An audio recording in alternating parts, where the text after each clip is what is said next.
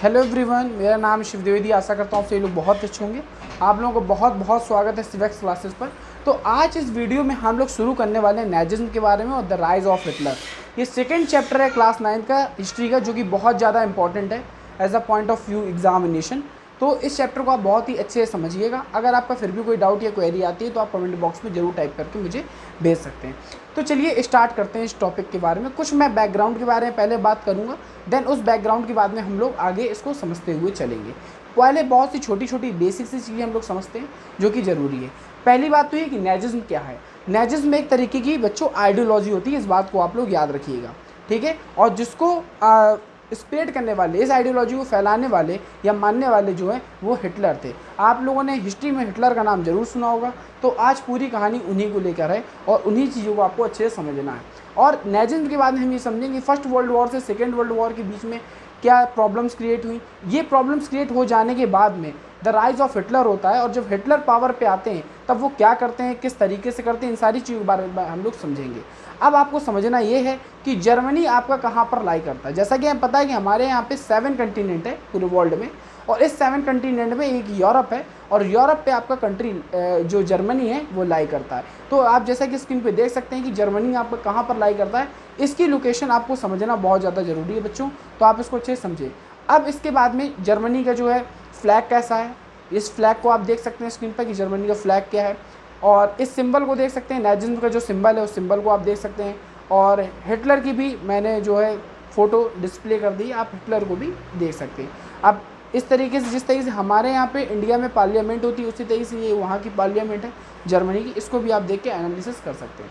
Then अब इसके बाद में हम लोग कुछ इसके बैकग्राउंड के बारे में बात करेंगे, देन चैप्टर को हम कंटिन्यू करेंगे। बैकग्राउंड के बारे में इसलिए बात करना ज़रूरी ताकि आपके जो मन में एक तरीके से वो फिल्म क्रिएट हो जाए, आप चीज़ों को लिंक कर पाएँ, ठीक है। तो चलिए समझते हैं। 1939 से 1945 के बीच में जो है सेकेंड वर्ल्ड वॉर जैसे ही ख़त्म होता है, तो सेकेंड जो वर्ल्ड वॉर होता है वो 2 पावर के बीच में होता है।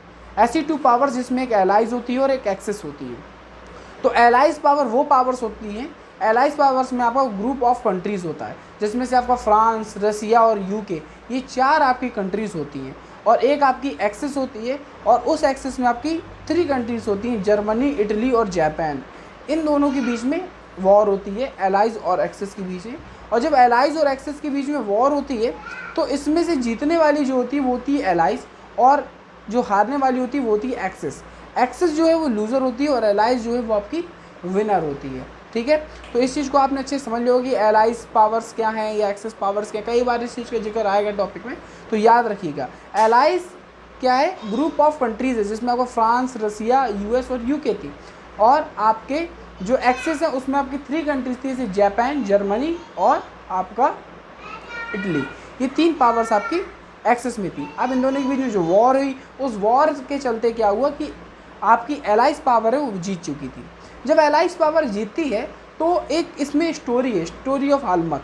उनके फादर ये कहते हैं अपनी फैमिली से कि हमें अपनी बीवी बच्चों को लेकर या तो कहीं दूसरी जगह शिफ्ट हो जाना चाहिए, या फिर हमें अपनी पूरी फैमिली से शूट आउट कर लेना चाहिए। इस बात को हालमत देखता है और समझता है। इस स्टोरी को आप समझिए और इसको हम लोग लिंक करेंगे। तो वो ऐसा क्यों कह रहे हैं, what is the reason behind this. उनके जो फादर हैं हालमत की, वो ऐसा क्यों कह रहे हैं, आखिर ऐसा हुआ क्या था। वो कहते हैं कि एलाइज और एक्सेस की दोनों के आपस में जो वॉर हुई थी उसमें एलाइज पावर जीत चुकी है। अब ये भी हमारे साथ वैसे ही करेंगे जैसे हम लोगों ने ज्यूज़ के साथ किया था। अब यहाँ पे ये बात आती है कि ज्यूज़ कौन थे, तो हर एक चीज़ के बारे में हम लोग अच्छे से समझेंगे। तो अभी मैंने आपको क्या बताया कि जो सेकेंड वर्ल्ड वॉर हुई थी वो 2 पावर्स के बीच में हुई थी, एक एलाइज और एक्सेस। इसमें कौन कौन सी कंट्री थी वो भी मैंने आपको बता दी है, ठीक है। अब इसके बाद में मैंने आपको बताया कि जो हालमत था उसके फादर ऐसा कह रहे थे, तो क्यों कह रहे थे, ये फियर, ऐसा डर क्यों बना हुआ था, ये डर का माहौल क्यों था, ठीक है।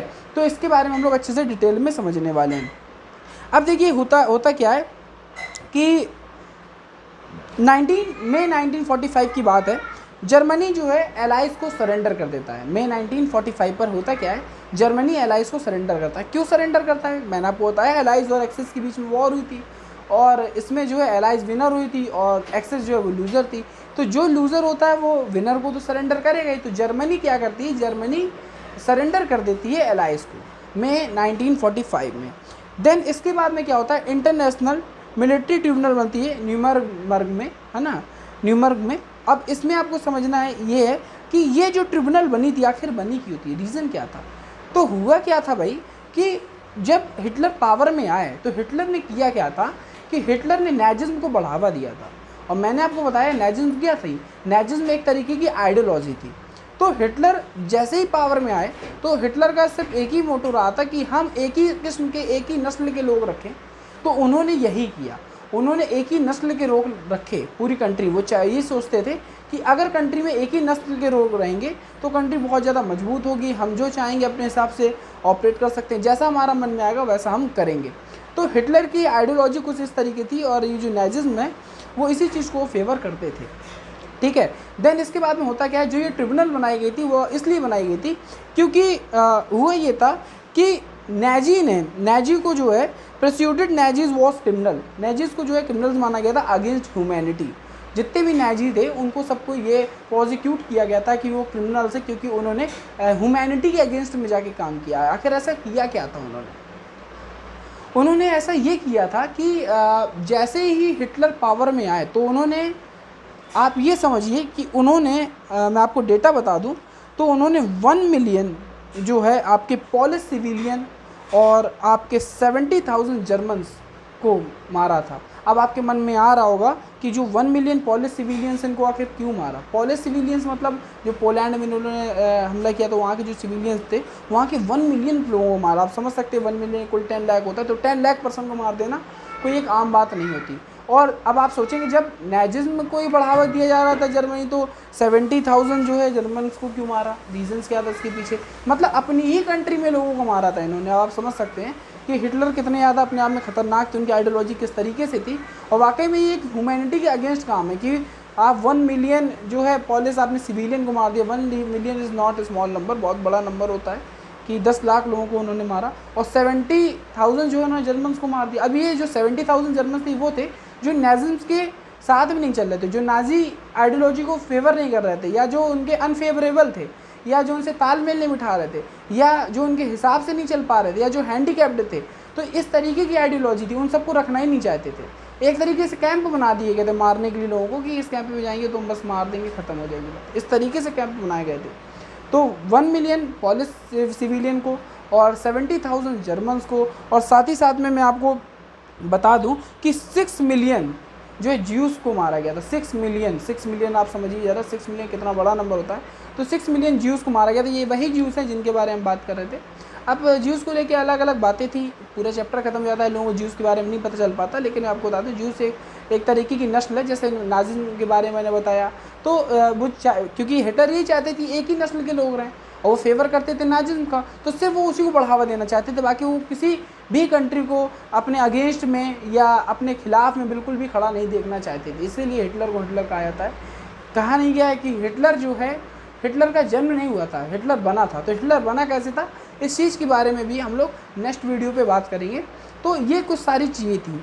तो अब इसके बाद में हमें ये भी समझना है कि जो ये आपकी इंटरनेशनल मिलिट्री ट्रिब्यूनल न्यूरम्बर्ग में बनाई गई थी, तो इसने किया क्या, इसी ने जो नाजी थे, ठीक है, उनको प्रोसिक्यूट कर दिया as a criminal against humanity के। क्योंकि उन्होंने, अब मैंने आपको डेटा बताया, 6 मिलियन ज्यूस को और आपको 1 मिलियन पोलिश सिविलियन और आपके 70,000 जर्मन्स को जो है इन्होंने मार दिया था, ख़त्म कर दिया था कंट्री के अंदर ही। तो इसीलिए इनको जो है सेंटेंसेस टू डेथ देती है ट्रिब्यूनल। और ट्रिब्यूनल जो सेंटेंसेस टू डेथ देती है वो सिर्फ, आपको मैं बता दूं, वो सिर्फ इसमें से 11 लीडर्स को देती है। सिर्फ 11 ऐसे लीडर्स जो कि नाजी लीडर्स थे, इनको सेंटेंसेस टू डेथ मिलती है। तो आपको बारंबार मैं वही बात बोल रहा हूँ कि जो हिटलर का मेन मोटो था, जैसे हिटलर पावर में आए हैं तो उनका मेन मोटो सिर्फ यही था कि वो नाजिज्म को जो है बढ़ाएं, ठीक है, नाजिज्म को स्प्रेड करें। और उनके सिर्फ यही मानना था कि कंट्री में अगर एक ही नस्ल के लोग रहेंगे तो कंट्री ज़्यादा मजबूत रहेगी। वो किसी भी तरीके से जो है डाइवर्सिटी को एंजॉय नहीं करना चाहते थे। उनका सीधा सीधा था, अगर वो आप उनके साथ है तो ठीक है, अगर आप उनके साथ नहीं तो खड़े हो जाओ, मैं आपको ख़त्म कर दूँगा, या तो मेरे साथ या मेरे सामने, ठीक है। तो 2 तरीके की बातें थी तो हिटलर का के लिए। और ये कुछ छोटी सी बैकग्राउंड थी। अब इसके बाद में हम लोग अगली वीडियो पे भी डिस्कस करेंगे। तो आज हम लोगों ने इस वीडियो में आखिर समझा क्या है, चलिए एक नज़र डालते हैं। पहली बात तो मैंने आपको बताया कि एलाइज और एक्सेस क्या है, ये बात आपको समझ में आ गई होगी। मैं 1945 में क्या होता है ये भी मैंने आपको आज बताया। International tribunal, military tribunal Nuremberg में जो बनाई गई उसके बारे में बताया, क्यों बनाई गई थी ये बताया। नाजी ने ऐसा क्या किया था, जिसकी वजह से जो है ये सारा डर का माहौल बना हुआ था, जो मैंने हालवित की कहानी से बिलोंग किया। इसीलिए उनके डैडी बोल रहे थे कि जो ज्यूज़ के साथ, मतलब जो हम लोग ज्यूज़ के साथ किया वो हम लोग के साथ ऐसा करेंगी एलाइज पावर। ठीक है, तो ये सारी जो चीज़ें हुई थी, इन सारी चीज़ों को मैंने आपको एक छोटा सा बैकग्राउंड दिया। आई होप सो ये वीडियो आपको समझ में आई होगी। अब अगली वीडियो पे हम लोग डिस्कस करेंगे इसी का जो है नेक्स्ट पार्ट, और हम लोग पार्ट वाइज करके इस पूरे चैप्टर को अच्छे से कवर अप करने वाले हैं। थैंक यू, बने रहिए सिवेक्स क्लास के साथ। अगर आपको मेरी वीडियो अच्छी लगती है तो इसे सब्सक्राइब करिए और भी लोगों तक पहुँचाइए। धन्यवाद, थैंक यू सो मच।